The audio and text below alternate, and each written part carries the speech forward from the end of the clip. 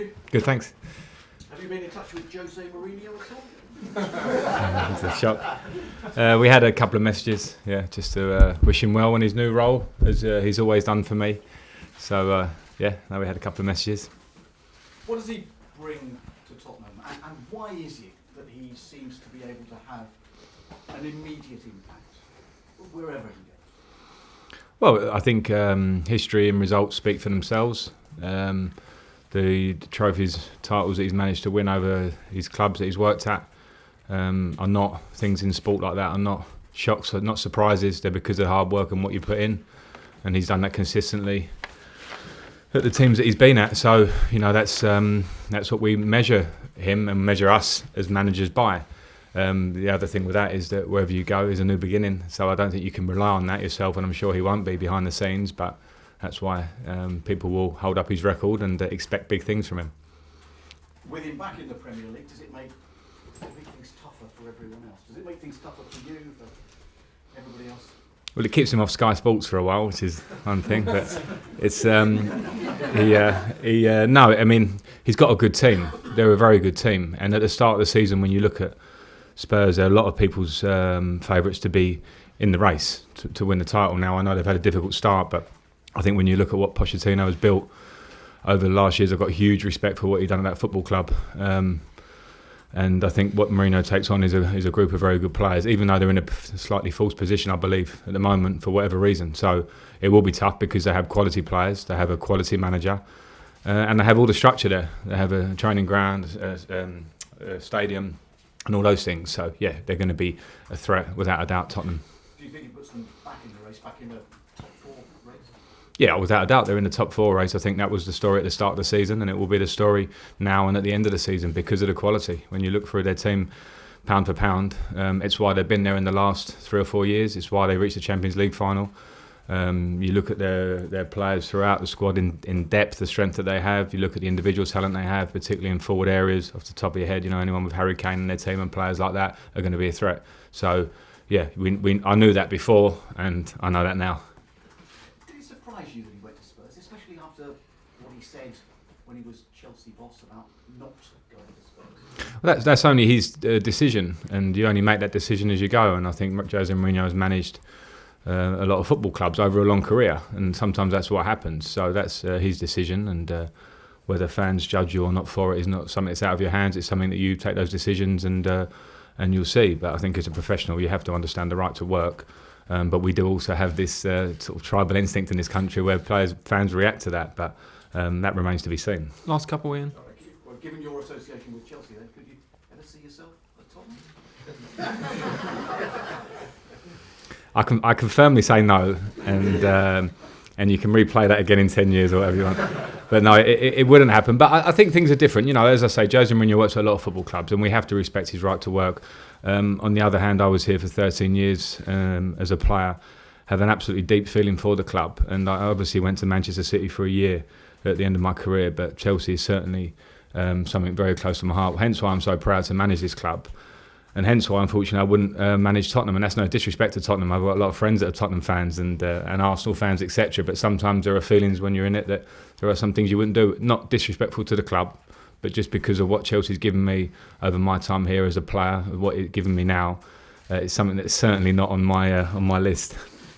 Last one, Ian. Manchester City, this weekend. If at the beginning of the season someone had said to you, you'll go there towards the end of November, you'll be a point ahead of them in the table, what would you say? Thank you very much. I'll take that out of respect for Man City because of the levels that themselves and Liverpool have reached over the last 2 seasons. It's been incredible to watch. I watched it from the Championship seat last year. I watched it in the studio the year before, and I've got nothing but respect for both of them. So for us to be in that position is something that I'm pleased with. I actually want more as well. I look at ourselves predominantly and don't consider others around us and think, where might we have got more points? And there are times when we could have done. At the same time, it's nice to be up there and around it, and a great test head-to-head tomorrow to see where we're at. And it won't be the end story. You can go to Manchester City and lose. Anybody can. They're such a strong outfit. It's what Pep Guardiola has built, what the club have built over recent years. So I won't be making huge judgments on win or lose tomorrow, without a doubt, because our story is one that's 3 months or so in the making. In terms of me being here and in terms of some of the younger players and the transitional feel. Their story has been one of 4 years and more from before Guardiola of hard work from top to bottom in the club, putting a team on the pitch that has real quality, and that's why they've been successful. How do things stand with Christian Pulisic? He obviously didn't go with the US during the international break. Yeah, he didn't go, and we had full-on communication with the States and their manager, with Greg, and their medical team, because I like to be really open and transparent with that, because I respect that they want their players and their top players as he is. But he had a problem going into the last game against Palace, and he was struggling, and hence why he came off after his goal, and we had good communication. He missed the 2 games. He's started to train again this midweek, so he's in contention to play. John. Everybody back healthy and well and on time? Yes, yeah, they are. Everyone's came back and healthy and well. Yes, pretty much. Callum Hudson-Odoi is probably the one that has a hamstring issue, which he picks up in the England game. So he will struggle to be in contention for this game, but we're hoping it's short term. And where are you with Loftus-Cheek? Is there a date yet? No. No. Okay. Do you think Manchester City are a different proposition this season? They've lost 3 games already. Are they more vulnerable this season than they were last? I don't think so. I think Premier League football. I think it's quite casual to sit there and say, they've lost 3 games and that means they're not as strong as last year. I still see them with the same strength and understand that they're what they have and what they can do to teams. I've seen some, I've been watching them a lot this international break. There's an overload of watching Manchester City and Raheem Sterling and De Bruyne and doing these fantastic things. And so I don't. Listen, they've had their injury problems. We know that. I think in defensive areas, but they're a great team. So they're as big a threat as I think they've always been in recent years. Just talking about the international break, how do you find it when you're knocking around here and not too many people about, probably watching videos? Well, it's different and it can feel quite long. I gave quite a big break for a lot of the staff and the players who aren't with their international teams. There aren't that many, so they deserve a break themselves, because I think it's difficult keeping them here throughout just to train. So we get a balance of work and rest, and it's hopefully a nice little recharge for us all, because it is taxing, not just for myself but for the staff, for the players themselves, and they need some family time. What we put in, some weeks go by without days off and a lot of hours and a lot of travel, so it's time to utilise a bit of time for them. Will this game be a gauge of where you are to see how you compete against Manchester City? Yeah, as I mentioned before, yes, in a way, because when you're up against a big team, and I think the big teams we've gone up against this year, Liverpool twice, we've gone pound for pound with them and lost, unfortunately, and to a degree, with very tight matches. Manchester United in the first game, we put in a pretty good performance, but a harsh reality is we got beaten. And Manchester United again, we changed the team with about 5 or 6 changes. So all of those, what people would see as the so-called tougher games, I think we have performed pretty well without probably the result that we might have got. But at the same time, with tomorrow, I think it's, as I mentioned before, you can go to City and lose at your best. That's how good they are. So I won't judge us on the big picture just through that one game. Moose. Frank, I assume this is a lot more different for you than when you played against Chelsea for City, going back to City to manage. Yeah. Yeah, without a doubt. I mean, it was.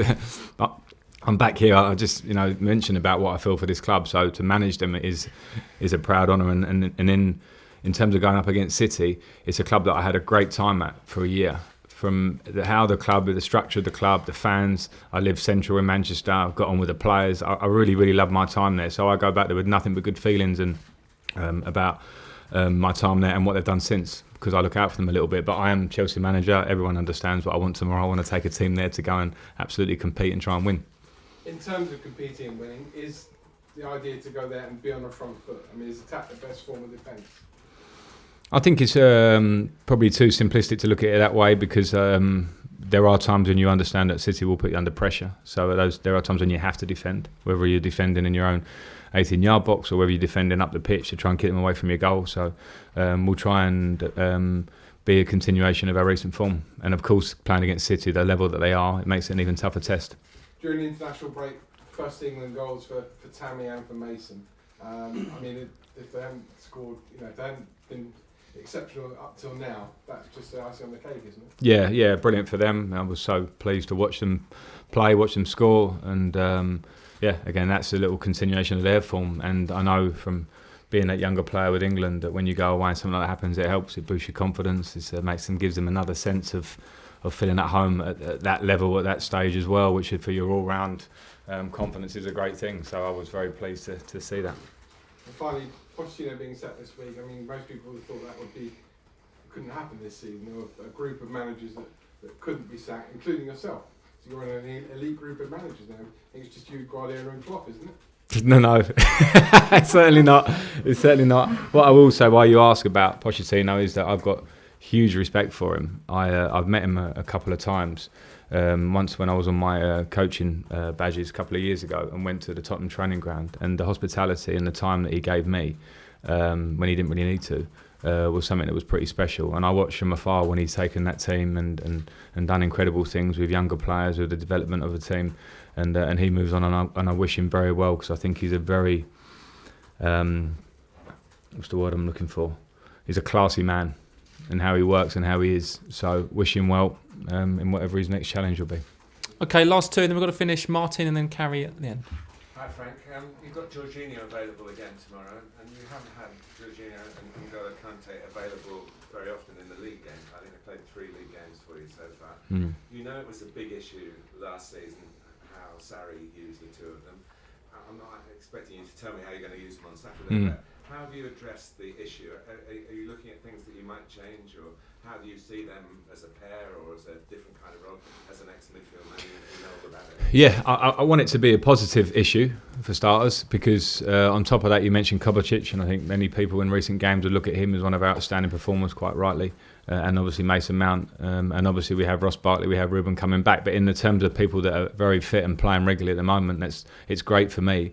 And I don't think it's something I think we've done pretty well this season as the season's gone on, is have a bit of rotation and fluidity in our game in midfield, and not pinning people down so they're stuck in certain positions. So I hope that can carry on, and I hope that can bring the best out of the abilities of all of the midfield players, because I think one big thing they have, all of them, is that they can all apply different roles of a midfield player. They can all be the deeper player, they can all be higher up the pitch, they've all got energy to get around the pitch. So I think we can use them all collectively. Yeah, but I don't think it's a case of I'm going to stick him in the number 10 position, but I think you have to give him the freedom to leave his areas if he plays as a deep midfield player, not just with the ball, which he can play some really nice passes. We saw against Watford what he did with his through ball for Tammy, but also without the ball, because he has a real perception and an energy to go and close down and start the press. So if I pin him down in front of our back four, you don't get those abilities, and I think he's been doing that really well. Okay, last two can carry.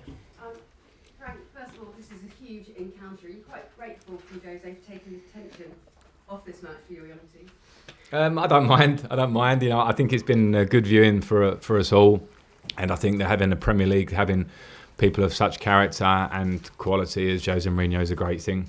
You know, I think we all watched the press conference yesterday, waiting for the lines and for the personality, and I think that's a good thing. And now the interesting thing to see will be, you know, how his team does. So it's been I watched it with one eye, but the much more focus obviously here in what we're going to do about the big game that we have tomorrow. Pochettino very much had the plan of following Sir Alex Ferguson in a 4-year cycle. Jose Mourinho said, really, nowadays, since the Bosman ruling and because of us media, that's simply impossible. Do you still have a romantic notion, though, that you could be a legend here and buck that trend? Well, maybe a romantic notion is one thing, but I think the real notion is that you should only look in the very, very near future, because, as we sort of alluded to earlier there, that you are always results or performances away from a difficult patch or a good patch. At the minute, everyone's keep talking about how well we're doing. I don't like that. I get nervous. I want to play that down, and I want us to keep doing well. So I am certainly not one that looks further ahead than the next game, the next little period of games, and what will be after that. Okay, cameras off, please.